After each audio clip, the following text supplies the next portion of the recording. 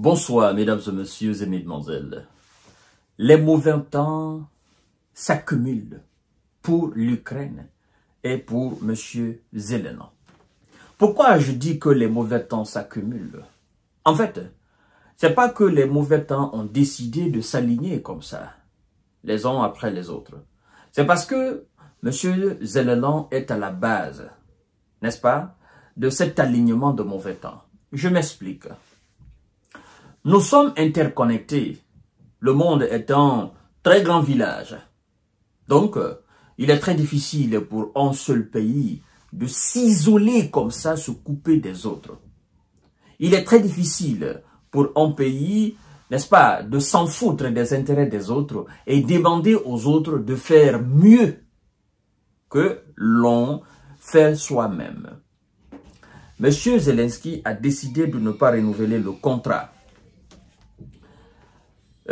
permettant de livrer le gaz aux pays européens.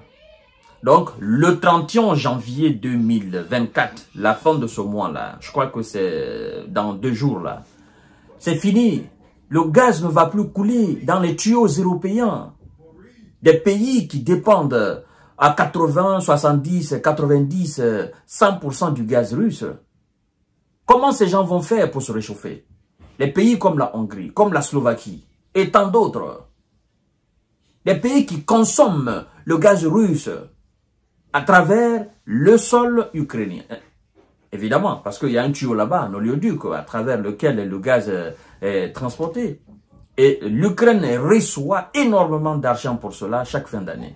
Mais l'Ukraine a dit, bah, écoutez, nous, on va plus faire cela. Et puis, voilà, on va couper, on va fermer le tuyau. Et en faisant cela, qu'est-ce qui se passe? L'Ukraine obéit à une injonction des États-Unis d'Amérique qui sont en train d'acculer les pays européens à acheter leur gaz américain, qui coûte énormément cher et le transport coûte aussi énormément cher. Mais M. Robert Fico, le Premier ministre slovaque, lui, il a une autre vision. Et ce n'est pas du chantage. C'est pourquoi d'ailleurs, M. Zelensky l'accuse, n'est-ce pas, de vouloir ouvrir un autre front énergétique contre l'Ukraine. Et vous allez comprendre ça tout à l'heure. C'est d'ailleurs la raison de cette émission-là. Mais avant de poursuivre le visionnage de l'émission, mesdames et messieurs, je vous invite à la partager dans tous les groupes possibles, à vous abonner à ma chaîne YouTube quand TJ Visionnel le vrai, à activer la cloche de notification pour ne plus rater mes émissions. Je vous invite également à vous abonner à ma page Facebook. Le nom, c'est le géopolitologue, comme je ne cesse de le dire. La répétition, elle est pédagogique. Mesdames et messieurs, nous allons droit au sujet. Partagez la vidéo dans tous les groupes possibles. On nous informe que M. Zelensky accuse le Premier ministre slovaque Robert Fico d'ouvrir un deuxième front énergétique contre l'Ukraine. Quand on dit un deuxième front, peut-être qu'il y a un premier front. Le premier front, c'est quoi? C'est que quand M. Zelensky envoie souvent des missiles de longue portée américains et britanniques, quand effectivement il s'attaque à des installations pétrolières, des installations gazières, mais aussi militaires en territoire russe, vous n'êtes pas sans savoir que la Russie vise des installations naturellement militaires, des installations énergétiques ukrainiennes. Et donc, pour M. Zelensky, ça c'est le premier front. Et il dit, ça c'est le deuxième front. Alors, qu'est-ce qui se passe? Alors, M. Zelensky s'en est pris au Premier ministre slovaque, M. Robert Fico. Robert Fico, M. Zelensky l'accuse d'ouvrir un second front énergétique contre l'Ukraine, sur ordre de la Russie, alors que les deux pays sont englués dans une bataille autour de la livraison du gaz. Lui, tout ce qui est en son défaveur actuellement, il pense que ça c'est sur ordre de Russie, sur ordre de Russie. Chacun est en train de se battre pour son intérêt. D'accord? Alors, qu'est-ce qui se passe? L'Ukraine, n'est-ce pas, par où transite du gaz russe à destination de plusieurs pays européens, dont la Slovaquie, refuse de renouveler un accord de livraison de gaz avec Moscou qui doit se terminer à la fin de l'année, donc le 31 décembre 2024. Vous comprenez? À cause de l'invention, effectivement, de l'invention russe. En représailles, M. Victor Fico menace de mesures sur la livraison d'électricité à destination de l'Ukraine après le 1er janvier. Bon, l'Ukraine dépend de la Slovaquie, n'est-ce pas? Son électricité dépend de la Slovaquie de 19%.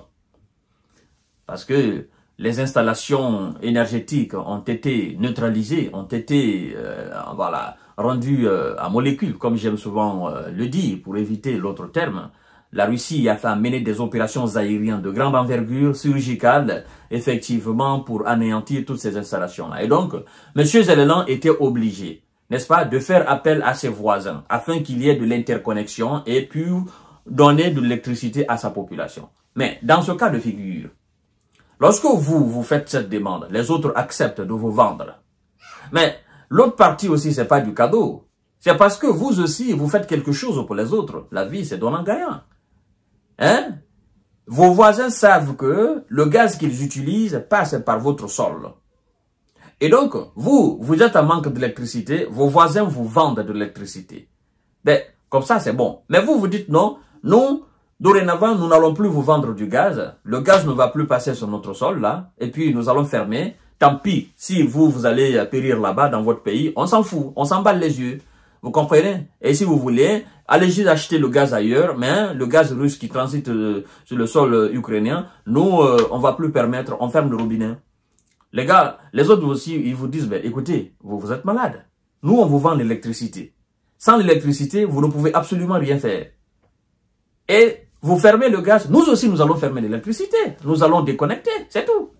Nous allons vendre notre électricité ailleurs et vous allez vous brancher aussi ailleurs. Et puis, on va voir ce qui va se passer. En fait, nous sommes dans ce duel-là, mesdames et messieurs. Alors, M. Zelensky dit ceci. Il dit, il apparaît que Poutine a donné l'ordre à M. Fico d'ouvrir un second front énergétique contre l'Ukraine, au détriment de la population slovaque, a écrit M. Volodymyr Zelensky. Alors, si M. Zelensky, M. Robert Fico, le premier ministre slovaque, disait la même chose en disant, ben, il paraît que effectivement, M. Zelensky a obéi aux ordres de Washington pour fermer le tuyau du gaz, et donc au détriment de la population ukrainienne. Parce que la population ukrainienne ne veut pas qu'on ferme le robinet là. La population veut effectivement qu'on renouvelle le contrat et puis cet argent entre dans la caisse de l'État. Mais puisque vous obéissez aux injonctions de Washington, vous voulez qu'on achète forcément le gaz américain. Mais nous, écoutez, on n'a pas les moyens pour acheter le gaz américain. On n'a pas le moyen pour payer tous ces frais-là. Ça fait énormément d'argent. Et c'est pourquoi d'ailleurs M. Figo dit ceci, mesdames et messieurs. Partagez la vidéo dans tous les groupes possibles. Bratislava cherche à maintenir cette route, arguant que d'autres recours augmenteraient les coûts de livraison qui pourrait s'élever jusqu'à 500 millions d'euros. Ouais. Donc, la Slovaquie dit quoi? Ben, d'autres alternatives. Évidemment, vous parlez de livraison de gaz américain. Ça va coûter énormément cher pour nous autres. Jusqu'à 500 millions d'euros par an. Vous imaginez? Vous voyez? Donc, au lieu de payer cet argent-là, ben, nous, ici, là, on vous paye. La Russie vous paye. Vous gagnez, nous gagnons. Mais si vous ne voulez pas nous livrer le gaz, nous aussi, nous n'allons pas vous livrer l'électricité. C'est aussi simple que ça.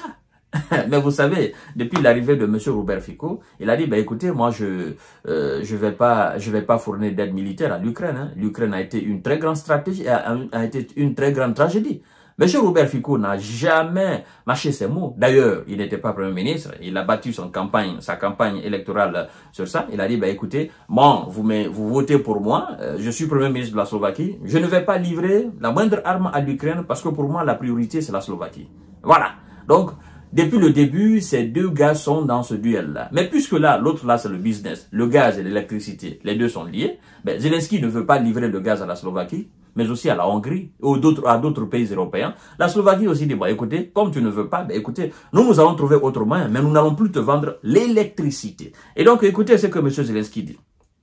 La Slovaquie représente 19% des importations ukrainiennes en électricité. Selon M. Volodymyr Zelensky, la Slovaquie fait partie du marché énergétique unique de l'Europe. Et Fico doit respecter les règles communes européennes, a écrit le président ukrainien.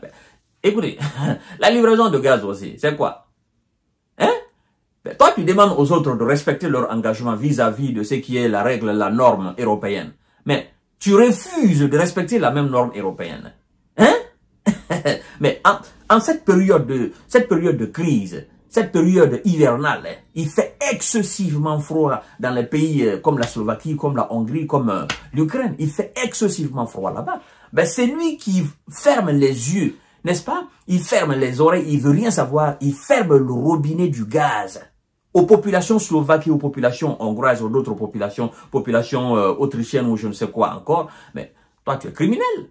Tout le monde sait qu'en Europe, il fait excessivement froid actuellement. Mais toi, tu dis non, je ne renouvelle pas le contrat. Mais ça veut dire que tu as un plan satanique dans la tête. Hein? Tu veux nuire à la santé des autres populations. C'est ça. Donc, c'est œil pour œil, dent pour dent. Selon M. Volodymyr Zelensky, une telle décision de Robert Fico priverait la Slovaquie de 200 millions de dollars de revenus par an. Donc, toi, tu parles, tu dis, ah bon, ça va priver la Slovaquie de 200 millions. Mais tu n'es pas sans savoir que toi aussi, tu perds. Tu perds énormément. Parce que l'argent que tu reçois, le simple fait que le gaz passe par la Russie, mais ça dépasse les 500 millions, ça dépasse les 600 millions par an. Ça peut même atteindre des milliards par an d'euros. Maintenant, toi, tu parles de 200 millions perdus. Ce que toi, tu perds, c'est énorme. Parce que la Russie, effectivement, le contrat là, c'est beaucoup d'argent. Parce que c'est plusieurs pays européens qui sont ravitaillés en gaz. Donc, vous voyez un peu comment le gars là, parfois, il se montre trop bête. Lui, il pense qu'on est dans la comédie, au fait. On ne joue pas la vie des gens.